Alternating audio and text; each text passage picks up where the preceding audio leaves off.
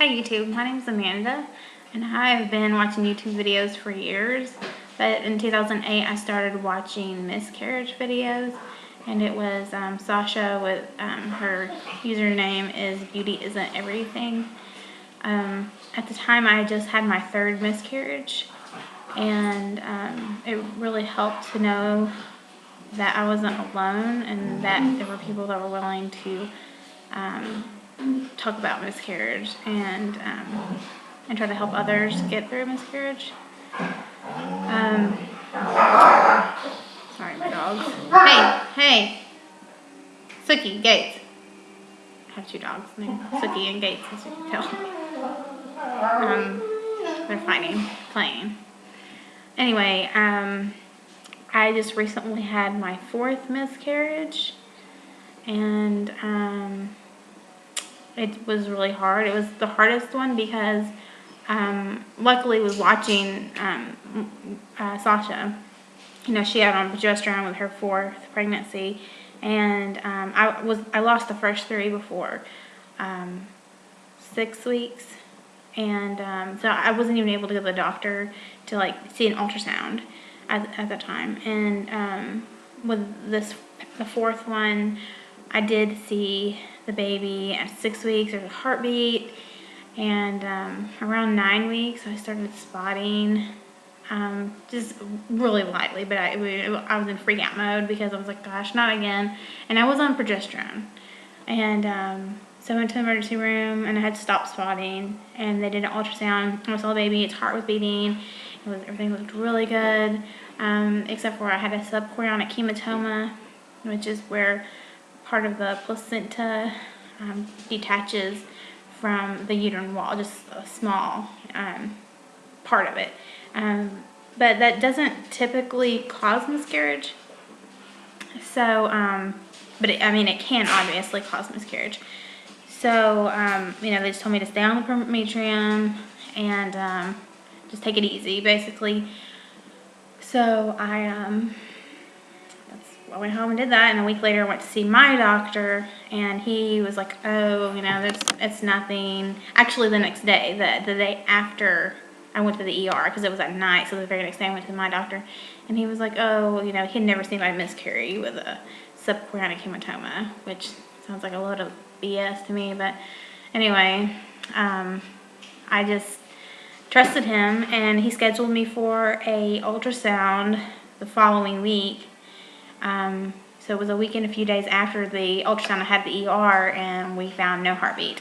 And by that time I knew what I was looking for, so when I was looking at the screen and there was no heartbeat, and the doctor didn't say anything. He just kept like fiddling, and it was like he was like, I guess he's at a loss of words, maybe he didn't know what to say, or I'm sure he does this a lot and he's seen this many times, but so I took the initiative to be like, there's no heartbeat, and he was like, no, I'm sorry, there's not. And you know, it was just like, before I'd said that though, I was just, you know, I'm staring at the ceiling at one point, and I was just thinking, oh God, this is not happening, this is not happening. And then you just feel like almost like an out-of-body experience. It's just like, this is not happening again, you know, because my husband and I really, really, really got attached to this one, you know, and because it was going farther, I'd made it longer, you know, it just seemed right. And, you know, I'd prayed to God before I got pregnant, you know, that, you know, we wanted to start a family, and when he was ready, you know, to, you know, please let us get pregnant kind of thing. And then we got pregnant, and it just seemed so right. And we got pregnant the first month we tried. And that's one thing about me. I've never had a problem getting pregnant. I can get pregnant as soon as I want to get pregnant. But it's just, I don't know. There's nothing you can say, really. It just sucks, really. That just sums it up. It sucks. It sucks. And it's hard.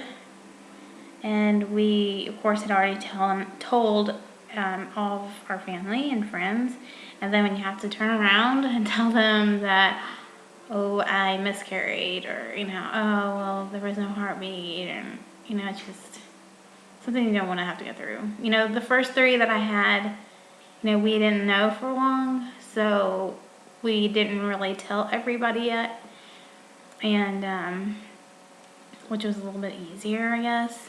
And the fact that we didn't see it and people didn't know for long, but when you're, I was 9 weeks and 5 days when I went to the ER. That's what the baby was measuring. But then when I had the measurement done, when we found out there was no heartbeat, it was 9 weeks, 3 days. So it was somewhere in the 9th week that it had stopped growing and living. So we just decided that we aren't going to tell anybody when we get pregnant again until we're like 20 weeks. So hopefully I can make it that long. You know, and hopefully the next time I get pregnant,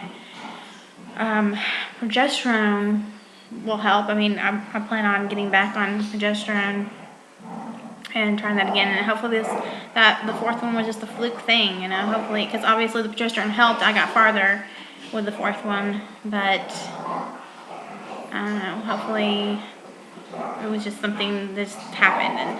And oh, another thing was that the subchorionic hematoma that they saw at the ER in the ultrasound wasn't there. A week and a half later, when I had another ultrasound at the doctor's office, the day that we found out there was no heartbeat, it had resolved. And they shouldn't resolve that fast. So I don't really know what was going on with that. One of the two misdiagnosed something. I'm not sure. I don't know. And I've been tested for everything. I've had the workup, you know, and everything's come back fine. There's no reason. I'm just one of those. I'm a habitual aborter is what I'm classified as. It's really nice to be classified as a habitual aborter.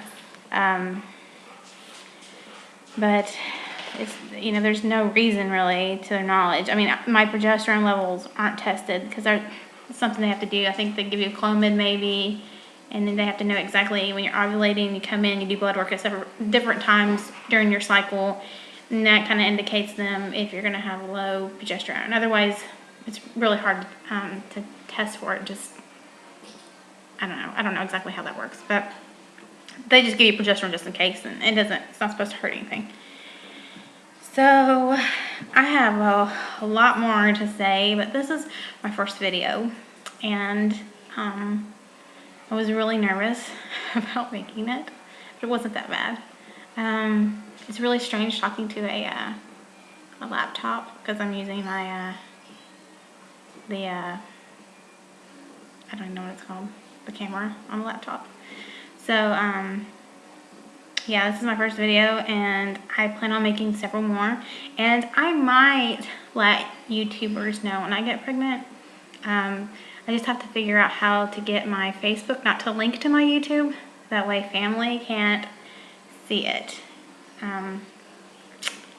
Yeah, and there's one particular family member I don't want to know right now because last time she knew, or the third time, my third pregnancy, the loss, she had told everybody and didn't bother to tell everybody, all of her friends and people that knew me, that I had miscarried. So that was nice. So we went to a funeral and everybody walked up to me like, oh, congratulations on your pregnancy. And I was like, I just miscarried a couple weeks ago. I just miscarried. And I swear to you, there were like 10 people that walked up to me asking me about my pregnancy. And, you know, that's really, really hard. You know, and if you're going to tell somebody, if somebody tells you they're pregnant and then you take it upon yourself to tell somebody else they're pregnant, take it upon yourself to tell them if they miscarried also. Don't just leave it for the person who's miscarried to have to deal with that. But anyway, that's all for today. And I hope you enjoy my video. And I will go into more detail about each of my miscarriages later. And I hope to help other people out that have miscarried. I hate to say it, but I feel like I'm experienced at it now. That sounds really bad, I know, probably really heartless, and I don't mean it like that. But, I mean, it seems like I'm trying to make light of a bad situation, but it's the only way I really know how to deal with it. So, thanks for your support, thanks for comments, and I really do hope to help people. And I'll talk to you later. Bye.